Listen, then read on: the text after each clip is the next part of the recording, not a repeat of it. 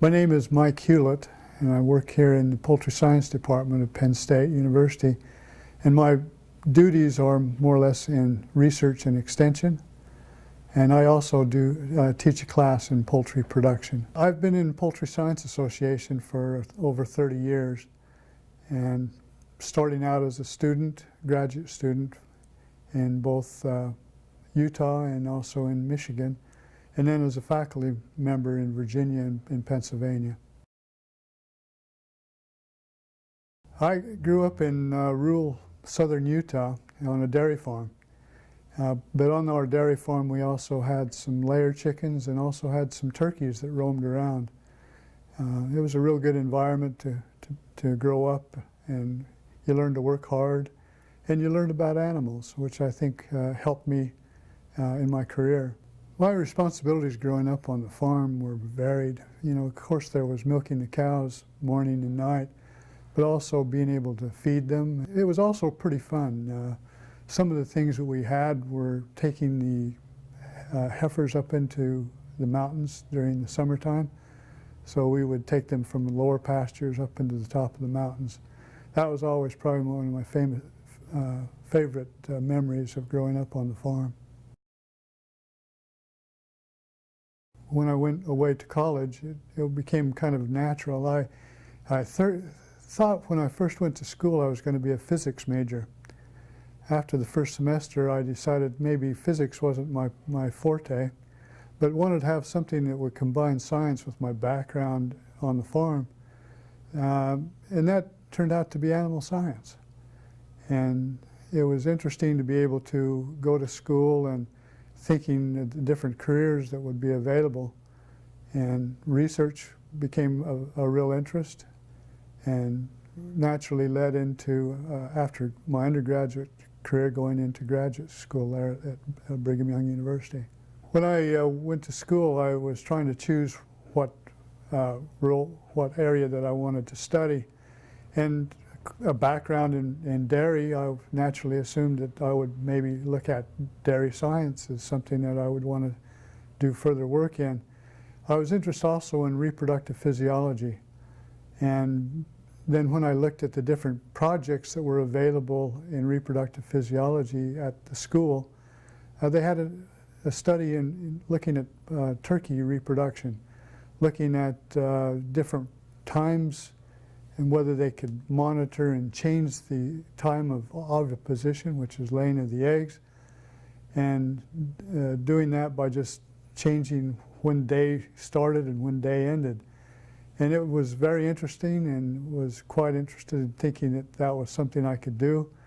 And then if I wanted to go into any other area, I could. But after I finished the project, I was very interested in poultry and continued on in that area. After finishing my graduate school, we ended up down in Texas A&M for finishing up the PhD, which was a real good opportunity, a great school, and great graduate students to work with. Had an opportunity to go to Virginia Tech to look at the program there, and it was working with the industry was something that I wanted to do, and it was, when you went to the school there at Virginia Tech, just felt like home. It's a small community and most based around Virginia Tech, and it just seemed like a natural fit. The faculty there were very welcoming. About everybody there seemed to be able to help to mentor me as a new faculty member. There at Virginia Tech, one of the greatest memories, there's several memories I had, but we would work as extension cooking chicken for the state fair, working with the industry people. And part of that was we would have 14 racks of chicken, and we would make 3 turns a day on those chicken. And so you really learned the essence of being able to cook chicken right. After Virginia Tech, I had an opportunity to come up and work at Penn State. And it seemed like very similar type environments, great place to be able to raise a family. And the difference was I was a little older faculty, had a little more experience, and also I had an opportunity to work not only with the turkey industry but also the broiler industry. And up in Pennsylvania, they weren't as vertically integrated organization, but they worked well together. And so it had an opportunity to be able to use some of the skills and some of the programs that I had developed down at Virginia in Pennsylvania. They were very appreciative, and that's the great thing about the poultry industry. It's a small community, and they're really very appreciative of those things that you can do to help them. If I look at my responsibilities at Penn State, I have responsibilities in research and extension and in teaching. And so part of that is applied research and extension, which kind of mold together. And then it's separate from teaching, and so it makes it kind of difficult. My major emphasis is always in extension.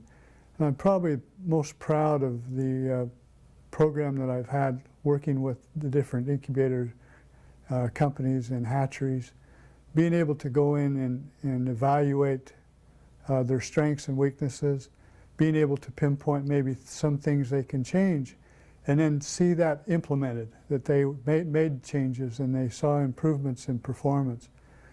It's hard to think about that, whether I'm most proud of that or the class that I teach. Poultry production, being able to teach those kids that are just prior to graduating, and those are the ones that I'll probably be working with within the next few years that go into the industry. And it's been also a very rewarding opportunity to teach that class and be able to see the kids grow and appreciate the things that they're taught, and then be able to work with them as an extension function. It's been very good to be able to work with undergraduate students, but also graduate students. And I've had a couple of good graduate students, Casey Ritz and Gary Gladys, who have been very productive.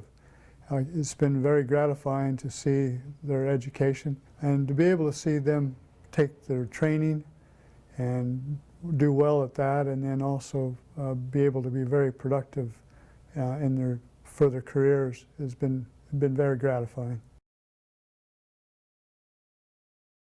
I've had many mentors. You know, it almost seems like you stand on the shoulders of those that have gone before. And I think back at on my career, and there's quite a few to mention. There's my first major professor, who then steered me into poultry production and poultry science. There's the people that I went to study with at Michigan State and also Texas A&M. Then I think about the faculty that welcomed me into Virginia Tech. Bill Weaver and Paul Russler and Paul Siegel, Harry Van Cray. There's several of them that brought me in and put me under their wing, which is a good thing, I guess, for poultry, and showed me some of the ways that I could be productive and also have a great time doing it. And then being able to then come to Penn State and be able to work with Paul Patterson and Phil Clower. Had very good administrators in all the places that I served, gave me resources and direction and ability to be successful. The Poultry Science Association has been real key as far as my association and my success. I think about all of the associations with colleagues and others of similar interest of being very critical or crucial, I guess, to all that I've done. It arranged associations with people from other countries, able to do a sabbatical. It was with Ron Meyerhoff over in Holland. That was real critical in my career to give me some direction in the area of incubation and hatchery management. Been able to work for first with Sally Knoll, and then with a series of Mikes in the presidency of the Poultry Science Association, and understand the critical issues that they had to deal with, and mostly people wouldn't understand or recognize what they did and the decisions they made for the good of the association. When I look back at some of the meetings that I've attended, and I've attended I think every year except one, two that really stood out was back when we had universities that would actually run the Poultry Science Association meetings. And so I was in Virginia Tech when we ran the meeting there, and then also a few years later up at Penn State when we were under control of the meeting. And I guess those stand out in my mind because of the role that we played, and how we had to organize everything and what went into running a whole meeting like that. My advice to young poultry scientists would be to take advantage of the opportunities that they have to fill in and work in any assignments that they have within the Poultry Science Association. It leads to associations with many other people.